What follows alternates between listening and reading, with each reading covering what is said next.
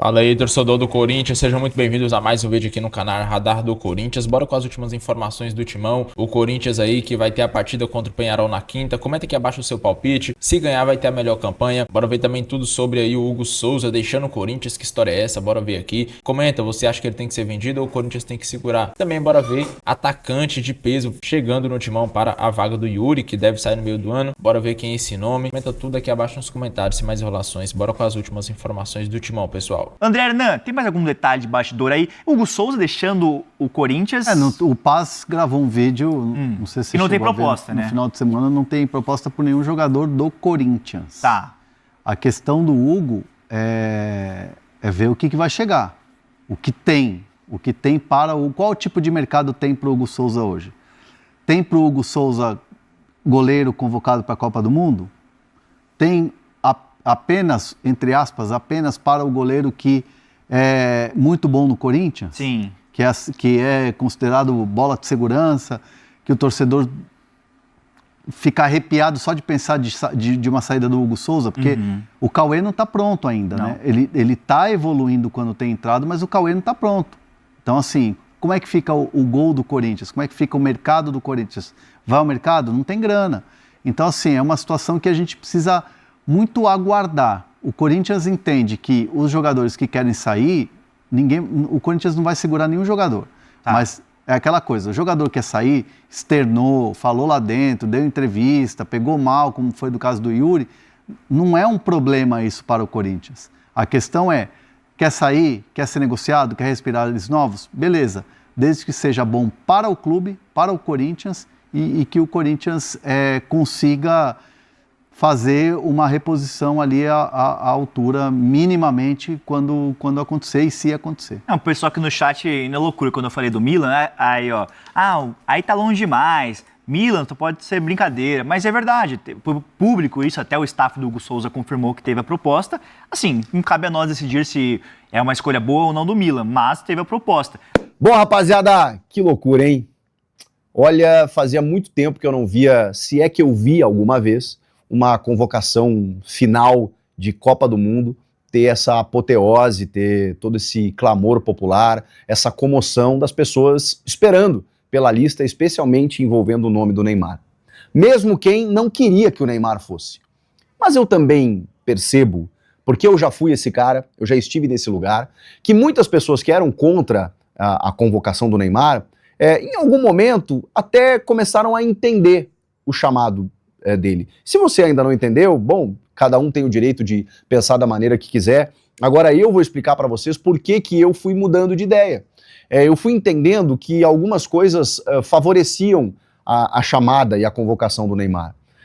E passa até distante do momento técnico dele, porque a gente sabe que ele pode jogar muito mais do que ele está jogando. Embora saibamos também que ele teve uma lesão muito séria e que a recuperação ela nunca foi tão tranquila, né, como a gente imaginou. Eu imaginei, por exemplo, que ele voltasse para o futebol brasileiro aqui e, né, comandasse o Santos rumo a títulos e jogasse sozinho, pelo nível que ele já demonstrou. Mas futebol não é mais assim. Ele não é mais esse jogador. Hoje ele depende de uma coletividade. Agora, quando a gente pensa no Neymar em seleção brasileira, ele estando bem fisicamente, que era o porém, talvez, né, de uns 2 meses para cá. Será que ele vai estar bem? Porque vocês lembram, né? Ele tinha uma lesão, tinha outra, no final do ano, né? Ele teve que fazer uma cirurgia de menisco para corrigir uma coisa lá e tal. Então, aí ele ficou de fora um tempo, reta final ele ajudou o Santos a não ser rebaixado. Aí esse ano, no começo também, ele, até por conta da nova operação no joelho, ele estava um pouquinho... Então a gente não tinha certeza se ele estaria bem fisicamente, e isso ele resolveu. Tá jogando aí vários jogos, 90 minutos, tá jogando bem, tá jogando e tal, tentando ajudar o Santos na medida em que ele consegue. Tirando isso, nós estamos numa seleção que cortou por lesão jogadores como o Rodrigo e o Estevão, e aí a gente começa a olhar para as nossas alternativas.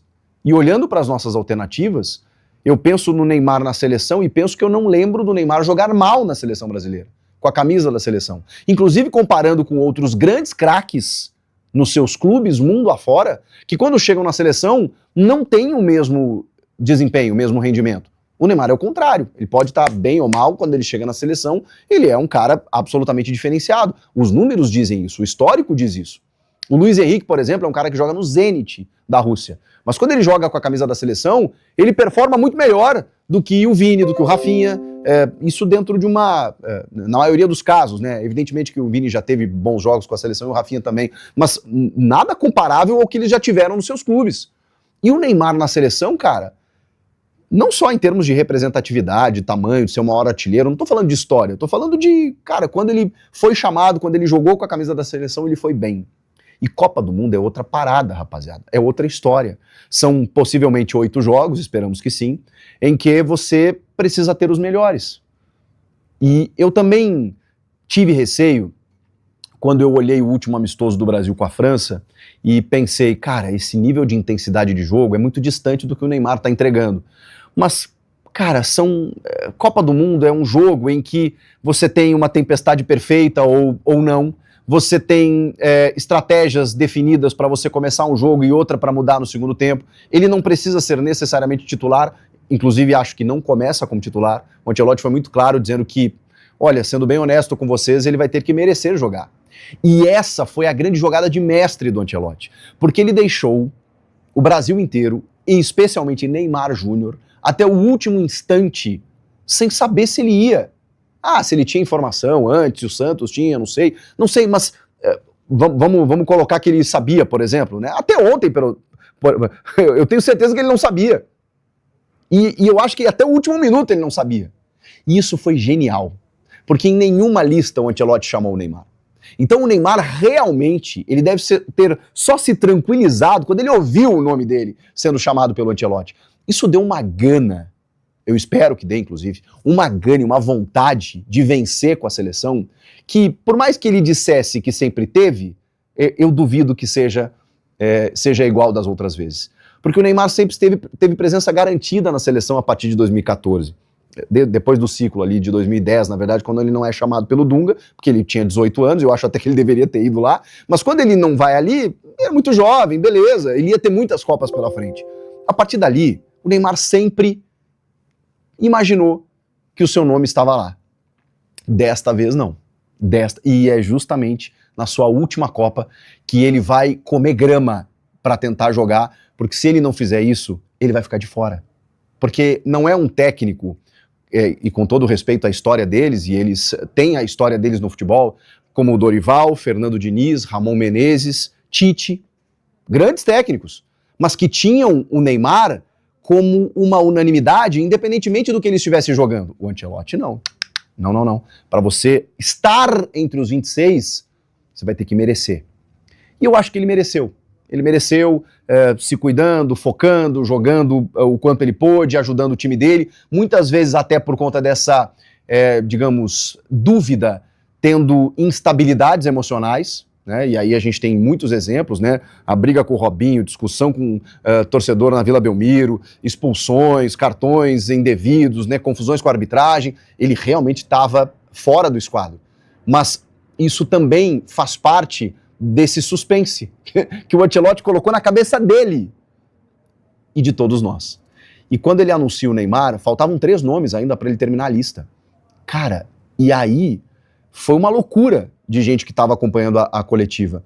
E o nosso Joãozinho, que estava aqui na 94, onde eu estou agora, onde a gente fez um programa Clima de Copa no canal do Denilson, ele citou um negócio que viu, João, vou dar o crédito, que foi muito legal.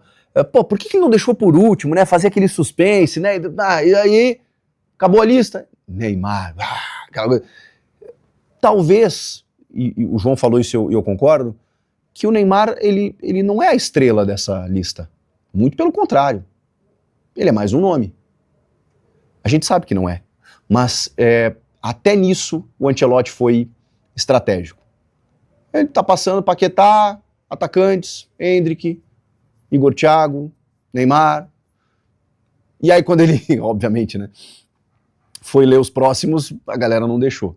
E aí veio na sequência, faltavam o Vini, o Rafinha e o Ryan, né?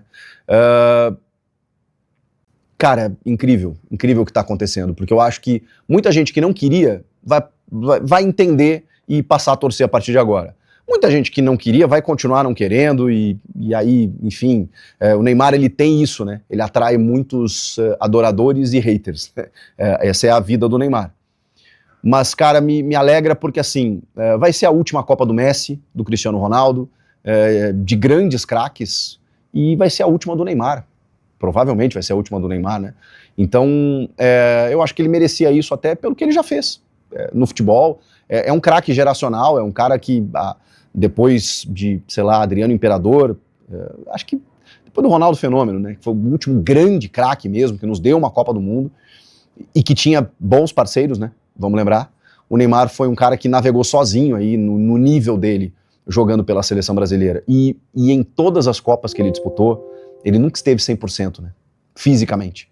E isso é um problema, né? Ele foi tirado da semifinal contra a Alemanha em 2014, né? Por aquele problema na Colômbia com o Zúñiga.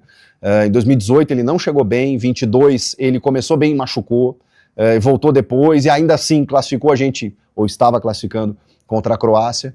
Enfim, mas o Neymar, a convocação não foi só sobre o Neymar, né? E aí eu queria rapidamente falar sobre outras novidades. O goleiro Everton, muita gente também se surpreendeu ou se espantou.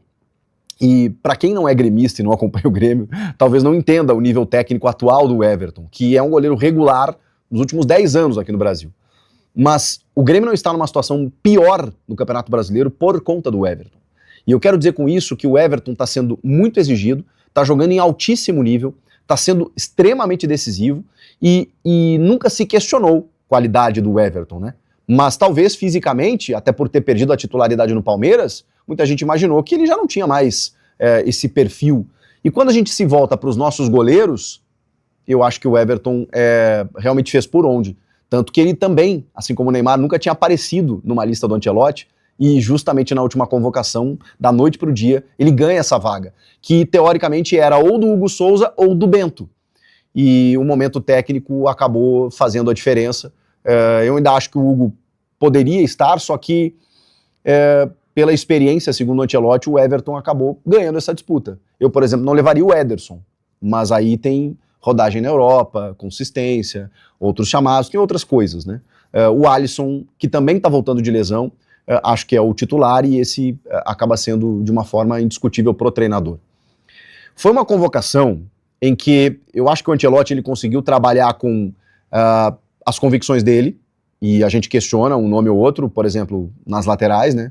Acho que o Danilo do Flamengo, o Alexandro do Flamengo são nomes questionáveis, sim, mas quando a gente se volta para as laterais, em que a gente perdeu o Militão, em que a gente não testou também outros nomes, na esquerda da mesma maneira, né? Ou é o Alexandro ou é o Douglas Santos, para vocês terem uma ideia, como a gente não tem tantos recursos, acho que esses questionamentos eles são possíveis, mas ao mesmo tempo, eu de verdade não vejo muito para onde correr. De resto, cara, dos meio-campistas e também dos outros defensores, o Léo Pereira talvez ganhou a convocação ali na última chamada, e será que, sei lá, poderia ir o Alexandro Ribeiro, aquele que é do Lille, o Léo Ortiz, o Thiago Silva, que é um nome que eu levaria, por exemplo, mas não dá para discutir também o Léo Pereira pelo nível que ele vem desenvolvendo no futebol brasileiro já há algum tempo. Então, e ganhou, como eu disse, a convocação na última chamada. Quando a gente vai para os meio-campistas, aí também acho que não tem muita dúvida, né? Acho que ali que o Andrei Santos acabou perdendo a vaga nos últimos momentos, o Danilo do Botafogo, esse é indiscutível, juntamente do Casemiro, do Bruno Guimarães, e aí o Lucas Paquetá, que também talvez seja um nome questionável, mas é um cara que tem muito tempo de Europa, de constância em seleção, e aí tem a ver com isso também. Quando ele recuperou fisicamente, eu acho que o Ancelotti não teve dúvidas, e pela posição que ele joga, né? Por ser um cara polivalente ali no meio. E aí, nos atacantes, nós temos algumas surpresas. Por exemplo, a ausência do João Pedro, que para mim foi uma novidade, ele vinha sendo chamado em todas as listas, e de repente o João Pedro do Chelsea não está na última convocação. E entra o Igor Thiago, que é um cara que ganhou a vaga também na última data FIFA, batendo um pênalti, inclusive, contra a Croácia, e é o vice-artilheiro da Premier League, só não fez mais gols do que o Haaland, num nível de futebol muito alto e que tem uma característica única. É o único centroavantão da seleção, que faz muitos gols, é finalizador, mas que segura zagueiro, que é pivô, e que nós não temos outro dessa característica. Nós temos o Endrick, por exemplo, que faz 9, mas é um cara que joga de lado, é um cara que arrasta, é um cara que ataca o espaço, é um cara de velocidade, é um cara de explosão. O Igor Thiago não. O Igor Thiago é um cara de bola parada, de bola aérea, é um cara para segurar zagueiro. E de resto, mobilidade, como teria o João Pedro no caso, temos muitas opções. Aí temos Vini, temos Rafinha, temos Ryan, que entra na cota Estevão, na cota 2030, porque o Ancelotti já renovou seu contrato, que entra na cota de um jogador de velocidade, de escape, de habilidade, de segundo tempo para mudar jogo, que chegou muito bem também num nível alto como a Premier League e chegou bem num clube menor. Tudo isso faz com que o Ancelotti leve o Ryan. Por isso que eu falo que foi uma seleção equilibrada. Ah, você tem o Fabinho do Al Ittihad, por exemplo. Cara que faz lateral, volância, zagueiro. Faz sentido. Numa competição curta, você não pode correr riscos. Você perder um cara aqui, você tem que se ajustar, às vezes dentro do jogo. Então você tem que ter opções. Dentro das convicções dele, juventude, experiência, respeitar momento técnico e o clamor popular, eu acho que foi uma lista boa. Nada mais do que isso, boa. Não acho que ela foi excelente, não acho que ela foi ótima, não acho que ela foi perfeita, que como ele mesmo disse, não existe lista perfeita. Existe uma lista com menos erros. E eu acho que estamos diante de uma lista com menos erros. Opinião do Ancelotti. Que é, talvez, a estrela da companhia. A gente discute muito o Neymar, né? Mas o que vamos falar do Ancelotti? Que é extremamente vencedor, que o currículo dele fala por si e que resolveu abraçar o projeto Seleção e Brasil na Copa. Temos que abraçar, temos que confiar. Eu tô com ele e você. Comenta aqui. Inscreva-se no canal e eu volto na próxima. Vai, Brasil! Galera, e o Corinthians aí que tá de olho na contratação do Lucas Ferreira, atacante que era do São Paulo, foi revelado por lá e agora tá jogando no Shakhtar. E galera, é um bom atacante, um ponta muito veloz, habilidoso, gosta de driblar.